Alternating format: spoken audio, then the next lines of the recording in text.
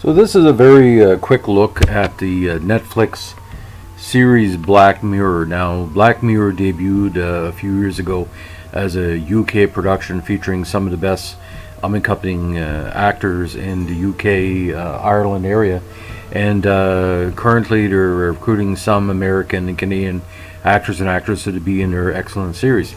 The best way to describe Black Mirror to people that have never heard the series, which all 10 of you, is basically the dangers of technology with our Night Gallery, Twilight Zone, Tales of Unexpected, Outer Limits twists. Each episode basically talks about how technology can invade our lives or ruin our lives through the misuse or use of it. Now, the current Netflix play-as-you-go movie gives various options to take paths in the movie towards various outcomes, and that's pretty well a throwback to old video games and different things in the past. But why Black Mirror is really important in the modern civilization, it has a 1960s, 70s, 80s feel from a script standpoint with kind of a modern flair. Now, I would not suggest Black Mirror for people that are really bothered mentally by the conspiracy that some people follow on the technology invading our lives, especially the episode where a young gentleman has his computer taken over and he's blackmailed because of what he does in front of the computer, and ends up being a slave to a group that's playing games.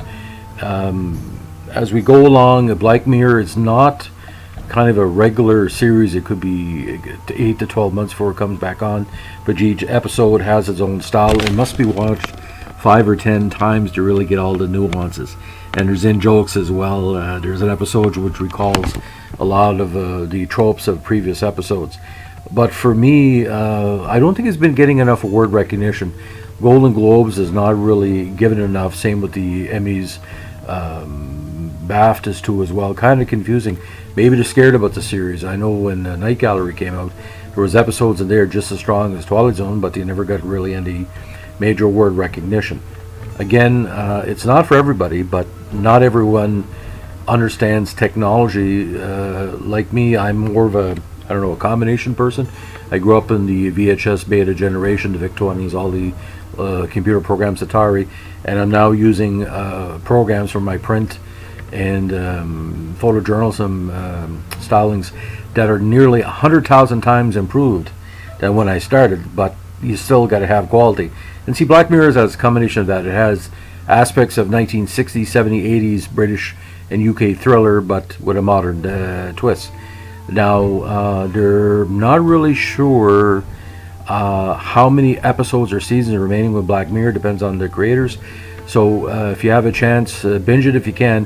But there are certain episodes that are not for everybody, especially involving unseen murders and deaths. Again, it's not even PG-13. I would say NC-17. It's not a show that someone in middle school could really go to bed without having nightmares about. It can be very chilling. So again, on this January night, as we like to say in the Black Mirror universe, always keep watching. You never know who's watching. Good evening. Bye.